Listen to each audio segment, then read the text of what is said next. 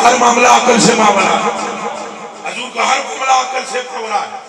मौलवी के इल्म में आने वाला नहीं, खतीब की खिताबत में आने वाला नहीं, मुहर्रिर की तरीर में आने वाले होंगे। बाजू फूट से कभी जुड़े। हजरत पाशा रज़ी अल्लाह ताला अन्हु फरमाते हैं, बदर की लड़ाई के अंदर एक काफिर ने मुझे यहाँ पर तलवार मारी, एक छोटी सी बिल्कुल गोश्त का तंगड़ी सी रह गई, हैंड करके मैं पैर रख के छिकिया, बाजू मेरा उत्थे जा बजिया। एकदम मैनू ख्याल आया इस बाजू नू सट्टन तू बेहतर है हजूर को ले जाऊं। मैं वो कटा हुआ बाजू लेकर हजूर की बारगाह आलिया के अंदर हाजिर हो गया।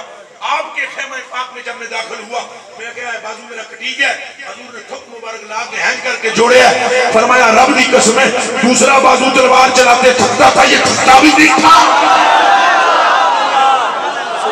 और जब मैं लड़ते लड़ते उस काबर के सामने जाकर तलवार कटानी इस हाथ से जिसने ये बाजू काटा था, उन्हें आंखों खोल के हैंड करके मैंने देखा, उन्हें क्या पाँव तेरी है, मैं क्या पाँव मेरी है, गल सरकार